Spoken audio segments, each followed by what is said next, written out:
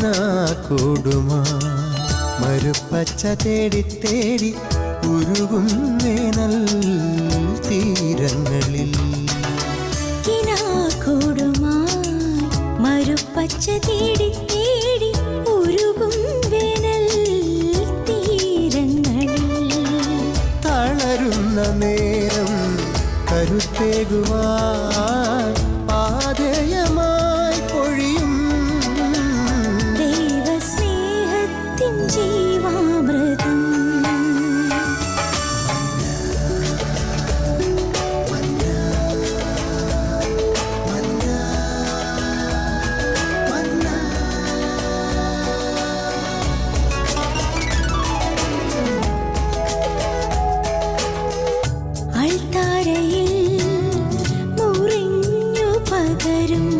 ആത്മയുഗത്തിൻ കൃപയായൊഴുകും അൾത്താരയിൽ മുറിഞ്ഞു പകരും. ആത്മയുഗത്തിൻ കൃപയായൊഴുകും വിശ്വസ്നേഹത്തിൻ്റെ അമൃതം.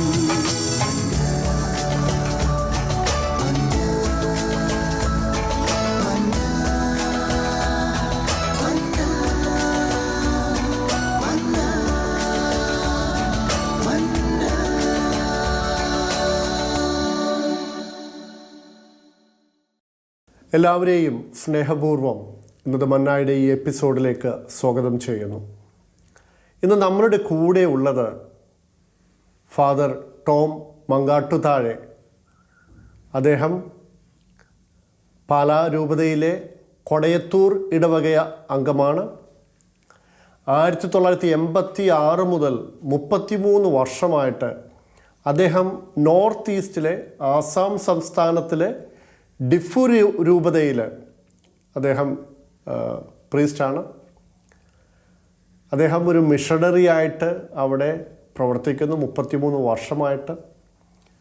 അപ്പോൾ അച്ഛനോട് നമ്മൾ ഒന്ന് സംസാരിക്കാൻ പോവുകയാണ്. അച്ഛൻ്റെ ആധ്യാത്മിക ജീവിതത്തെപ്പറ്റിയും അച്ഛൻ്റെ വ്യക്തിപരമായ ജീവിതത്തിലുണ്ടായിട്ടുള്ള വിപരീത സാഹചര്യങ്ങളും ആ സാഹചര്യങ്ങളെ അച്ഛൻ എങ്ങനെയാണ് മറികടന്നത് എന്നുള്ള കാര്യങ്ങളൊക്കെ നമ്മളൊന്ന് ചോദിച്ച് അറിയാൻ പോവുകയാണ്. ഒരിക്കൽ കൂടി എല്ലാവരെയും സ്നേഹപൂർവ്വം മന്നായുടെ ഈ എപ്പിസോഡിലേക്ക് സ്വാഗതം ചെയ്യുന്നു. അച്ഛൻ ഈ പ്രോഗ്രാമിലേക്ക് അച്ഛനെ സ്നേഹപൂർവ്വം സ്വാഗതം ചെയ്യുന്നു. ആദ്യം അച്ഛനിൽ നിന്ന് ഞങ്ങൾക്കെല്ലാവർക്കും അറിയേണ്ടത് സഭയിൽ നല്ല വൈദികരുണ്ടാകണമെന്ന് എല്ലാവരുടെ ആഗ്രഹമാണ്, പ്രാർത്ഥനയാണ്. നമുക്കെല്ലാവർക്കും അറിയാം, നല്ല കുടുംബങ്ങളിൽ നിന്നാണ് നല്ല വൈദികരുണ്ടാകുന്നത്. അപ്പോൾ ഈ വൈദിക ജീവിതം, ആ ദൈവവിളി സ്വീകരിക്കുവാനുള്ള അച്ഛൻ്റെ ആഗ്രഹം ഉറപ്പായിട്ടും കുടുംബ പശ്ചാത്തലം, അച്ഛൻ ജനിച്ചു വളർന്ന കുടുംബ പശ്ചാത്തലം അതിന് ഒരു സഹായിച്ചിട്ടുണ്ടാകും. ഞങ്ങൾക്കെല്ലാവർക്കും അച്ഛൻ്റെ ആ കുടുംബ പശ്ചാത്തലത്തെക്കുറിച്ചും അച്ഛൻ്റെ ഈ വൈദിക ജീവിതം തിരഞ്ഞെടുക്കാനായിട്ട് മാതാപിതാക്കളിൽ നിന്ന് അച്ഛന് കിട്ടിയ സപ്പോർട്ട്, പ്രാർത്ഥനകൾ, ആ ജീവിത സാഹചര്യങ്ങൾ, അതിനെക്കുറിച്ചൊന്ന് അറിഞ്ഞാൽ കൊള്ളാം എന്നുണ്ട്. അപ്പോൾ അച്ഛൻ്റെ ആ കുടുംബ പശ്ചാത്തലം ഒന്ന് വിവരിക്കാമോ? ആദ്യമായിട്ട് മന്നായുടെ പ്രവർത്തകരും ഇതിൻ്റെ പിന്നിൽ പ്രവർത്തിക്കുന്ന എല്ലാവർക്കും എൻ്റെ നന്ദി ഞാൻ രേഖപ്പെടുത്തുകയാണ്. കാരണം ആനച്ചനും അതുപോലെ തന്നെ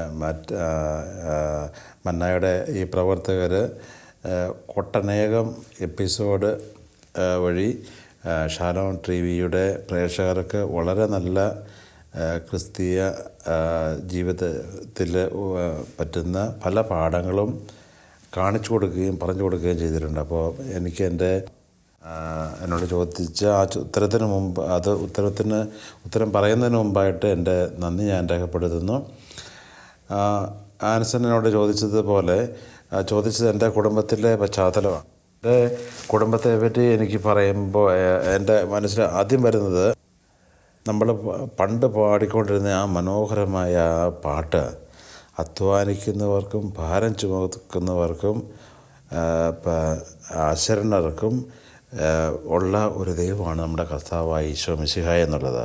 അപ്പോൾ ഇത് അക്ഷരം പ്രതി സ്വന്തം ജീവിതത്തിലും കുടുംബത്തിലും പ്രാവർത്തികമാക്കിയ ഒരു എളിയ കുടുംബമാണ് എൻ്റേത്. എൻ്റെ ചാച്ചനും അമ്മയും സാധാരണ ആൾക്കാരായിരുന്നു. കുടുംബം പോറ്റാനും വേണ്ടിയിട്ട് അവരെന്ത് പണിയും ചെയ്തുമായിരുന്നു. എന്ത് പണിയെന്ന് പറഞ്ഞു കഴിഞ്ഞാൽ കൂലിപ്പണി മുതൽ മരപ്പണി മുതൽ എന്തെല്ലാം പണികൾ അവർക്ക് അവരുടെ മുമ്പിൽ ഉണ്ടായിരുന്നു അതെല്ലാം അവർ ചെയ്യുമായിരുന്നു. ചാച്ചൻ അങ്ങനെ പുറത്ത് പണിക്ക് പോകുമ്പോൾ അമ്മ വീട്ടിൽ കന്നുകാലികളെ വളർത്തും, ആടിനെ വളർത്തും, കോഴികളെ വളർത്തും.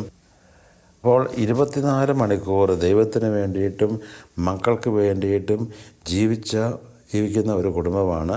എൻ്റെ ചാച്ചൻ സ്വർഗത്തിലേക്ക് പോയിട്ട് കുറേ വർഷങ്ങളായി. 2014 മാർച്ച് 1 ചാച്ചൻ ഈശോയുടെ അടുത്തേക്ക് പോയത്. ഇപ്പോൾ എൻ്റെ വീട്ടിലുള്ളത് എൻ്റെ അമ്മയുണ്ട്, പിന്നെ ഞങ്ങൾ 3 സഹോദരന്മാരാണ്. എൻ്റെ അനിയന്മാർ 2 പേര്, ഒരാൾ വീട്ടിൽ ആണ്, ഗവൺമെൻറ് ഹെൽത്ത് സർവീസിലാണ് അനിയൻ ജോലി ചെയ്യുന്നത്. പിന്നെ എൻ്റെ ഏറ്റവും വലിയ അനിയൻ അച്ഛനായിട്ട് ജോലി ചെയ്യുന്നു. അപ്പോൾ ഞങ്ങളുടെ വീട്ടിൽ എല്ലാ ദിവസവും കുടുംബ പ്രാർത്ഥന ഉണ്ടായിരുന്നു.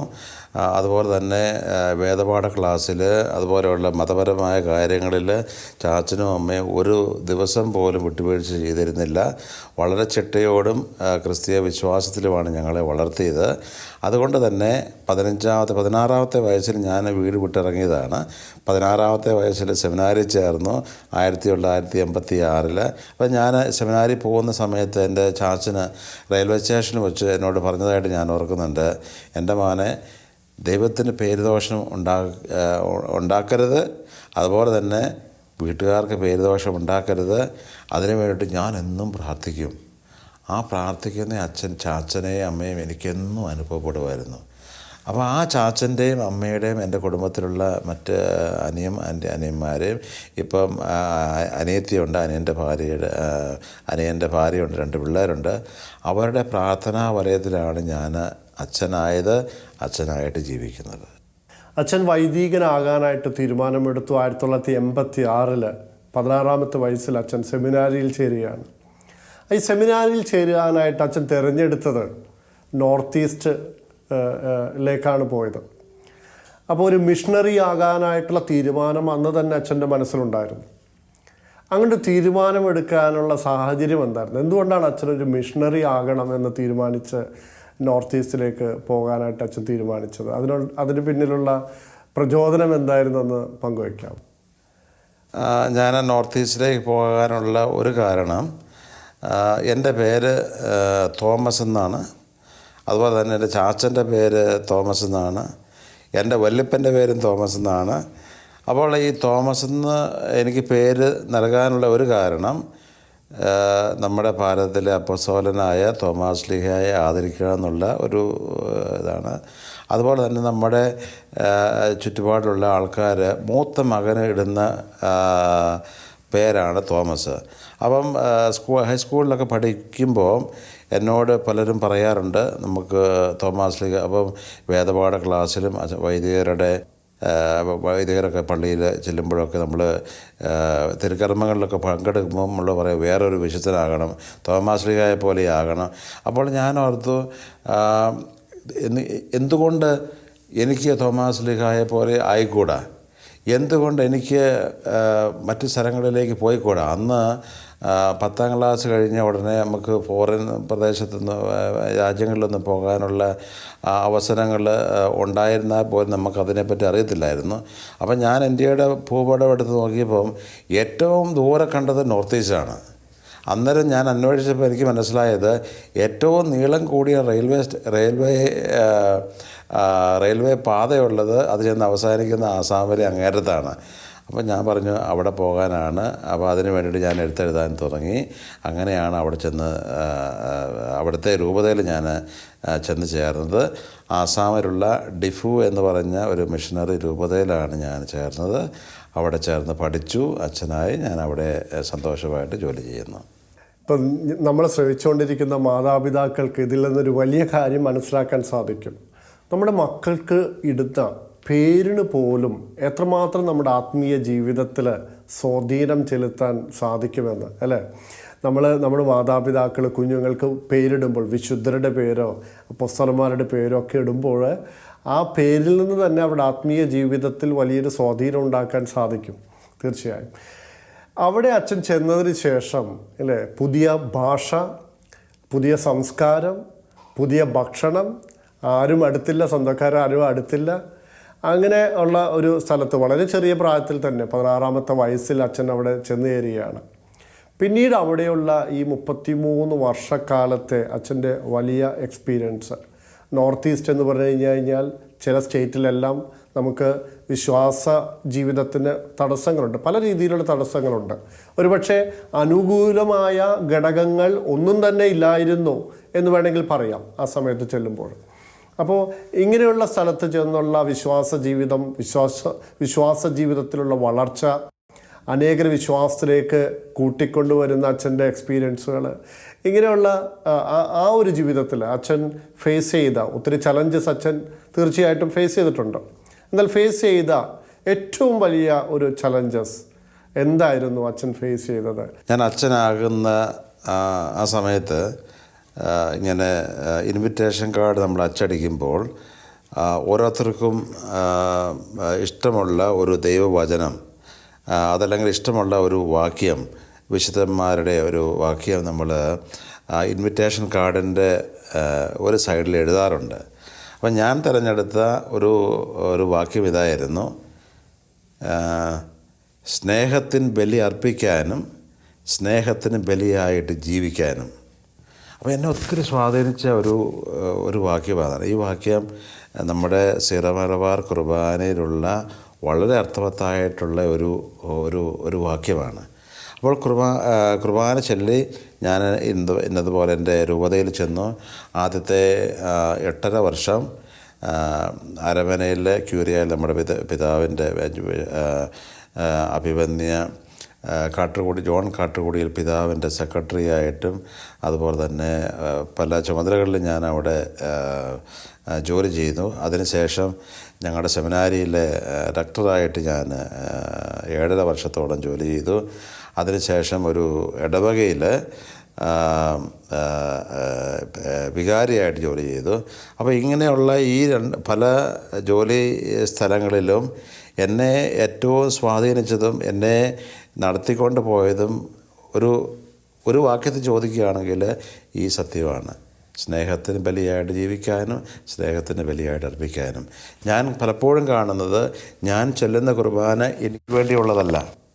ഞാൻ ചൊല്ലുന്ന കുർബാന ഞാൻ സ്നേഹിക്കുന്ന എൻ്റെ ഇടവകയിലെ അല്ലെങ്കിൽ എൻ്റെ സെമിനാരിയിലെ എൻ്റെ രൂപതയിലെ ദൈവജനങ്ങൾക്ക് വേണ്ടിയുള്ളതാണ്. അപ്പോൾ ഞാൻ അതനുസരിച്ച് ജീവിക്കാനായിട്ടാണ് പരിശ്രമിച്ചിട്ടുള്ളത്. അപ്പോൾ അതിന് പല കാര്യങ്ങൾ എന്നെ സ്വാധീനിച്ചിട്ടുണ്ട്. ഒരു കാര്യം എനിക്ക് പറയാനായിട്ടുള്ളത്, 2005 ഞങ്ങളുടെ ഒരു അച്ഛനെ അസാമിലുള്ള ആയുധധാരികളായ കുറേ ആൾക്കാർ തട്ടിക്കൊണ്ടുപോയി. അപ്പോൾ ഇങ്ങനെ തട്ടിക്കൊണ്ട് പോയപ്പോൾ ഒരു പ്രായം ചെറുന്ന ഒരു വൈദികനായിരുന്നു. ഞങ്ങൾ പ്രാർത്ഥന തുടങ്ങി. ഞങ്ങൾ അച്ഛന്മാരും സിസ്റ്റേഴ്സും അന്മാരും ഒക്കെ അച്ഛനെ റിലീസ് ചെയ്യാൻ വേണ്ടിയിട്ട് പ്രാർത്ഥിക്കാനായിട്ട് തുടങ്ങി. അപ്പോൾ അതിനകത്ത് ഞങ്ങളെ 2-3 അച്ഛന്മാരെ ക്രൈസിസ് മാനേജ്മെൻറ്റായിട്ട് അത് മാനേജ് ചെയ്യാൻ വേണ്ടിയിട്ട് ഞങ്ങളെ ആ ദൗത്യം ഏൽപ്പിച്ചു. അതിലൊരാളായിരുന്നു ഞാൻ. അപ്പോൾ അവർ ചോദിച്ചുകൊണ്ടിരുന്നത് 20 ലക്ഷം രൂപയാണ്. ഈ അച്ഛനെ വിട്ടുകിട്ടാൻ വേണ്ടിയിട്ട് 20 ലക്ഷം രൂപ അവർ ചോദിച്ചു. അപ്പോൾ പോകുന്നതിന് മുമ്പ് തന്നെ ഞങ്ങളുടെ പിതാവും അതുപോലെ തന്നെ ബഹുമാനപ്പെട്ട വൈദികരും ഞങ്ങൾ ചർച്ച ചെയ്തപ്പോൾ, പ്രാർത്ഥിച്ചപ്പോൾ ഞങ്ങളുടെ മനസ്സിൽ വന്നത്, നമ്മൾ ഒരു കാരണവശാലും പൈസ കൊടുക്കാൻ തയ്യാറാകുകയില്ല. കാരണം പൈസ കൊടുത്തു കഴിഞ്ഞാൽ പിന്നെയും ഇത് ആവർത്തിക്കും, നമുക്കത് ബുദ്ധിമുട്ടായിട്ട് വരും. പിന്നെ എന്ത് ചെയ്യണമെന്നുള്ളത് ഒരു വ്യക്തത ഇല്ലായിരുന്നു.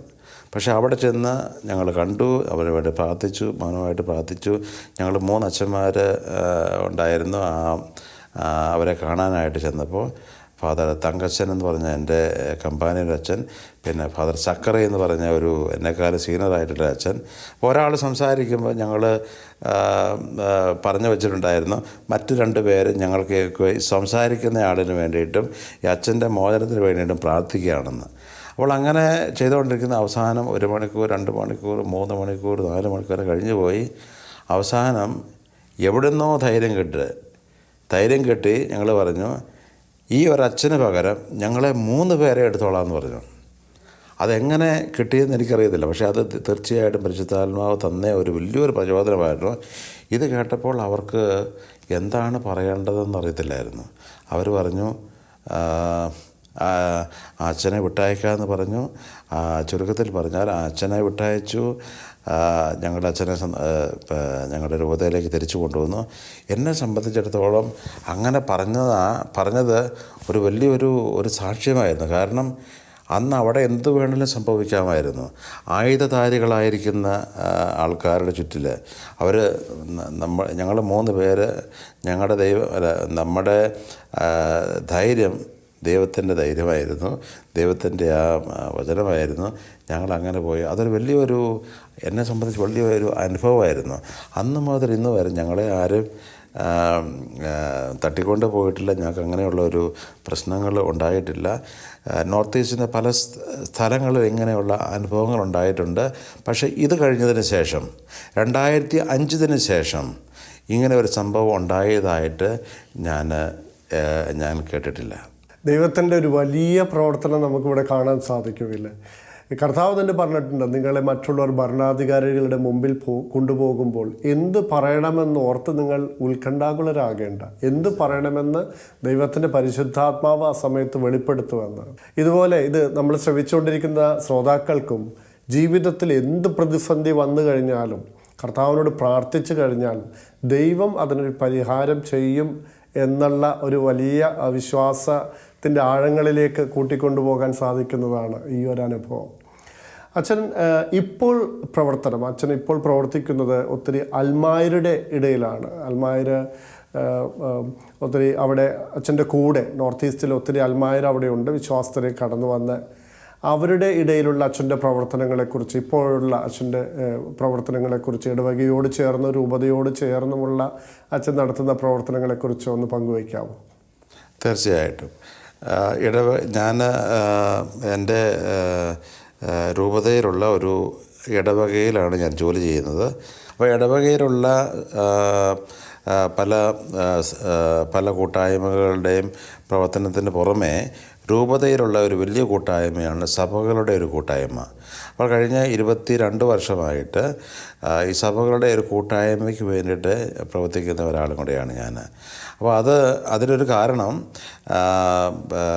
സഭകൾ തമ്മിലുള്ള ഐക്യം നമ്മുടെ ഇന്നത്തെ ഒരു വലിയൊരു വെല്ലുവിളിയാണ്. അതുപോലെ തന്നെ കർത്താവ് നമ്മളോട് പറഞ്ഞ ഒരു കൽപ്പനകളിൽ ഒന്നാണെന്ന് ഞാൻ വിശ്വസിക്കുന്നതാണ്.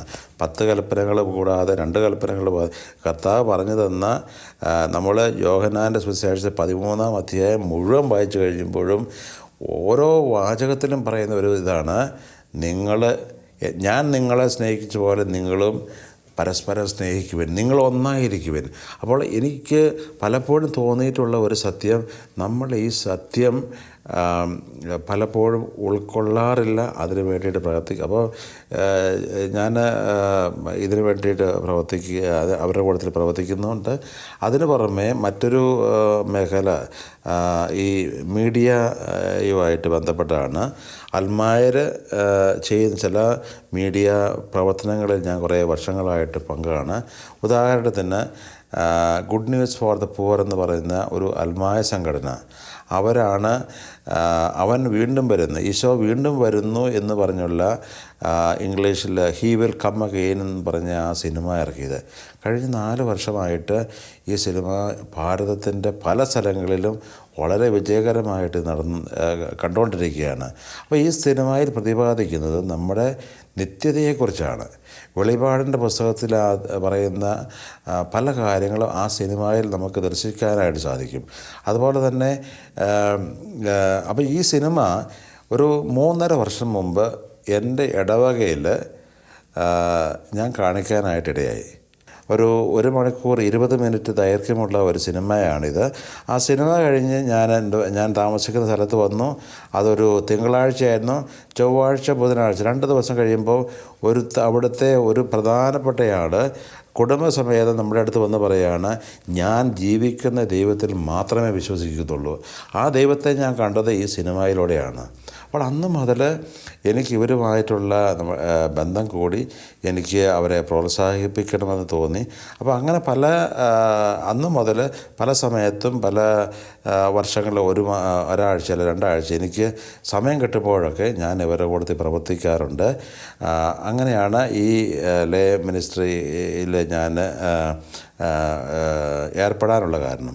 പിന്നെ ഇപ്പോൾ ഇവിടെ ഈ ദുബായിൽ വന്നത് തന്നെ ആ ഫിലിം മിനിസ്ട്രിയെ ബന്ധപ്പെടുത്തി വേറൊരു ഫിലിം മിനിസ്ട്രി, നമ്മുടെ ഗ്രഹാം സ്റ്റെയിൻ എന്ന് പറഞ്ഞ ഒറീസയിൽ മരിച്ച ഗ്രഹാം സ്റ്റെയിൻസിന് 2 മക്കളെയും കഥയല്ല അവരുടെ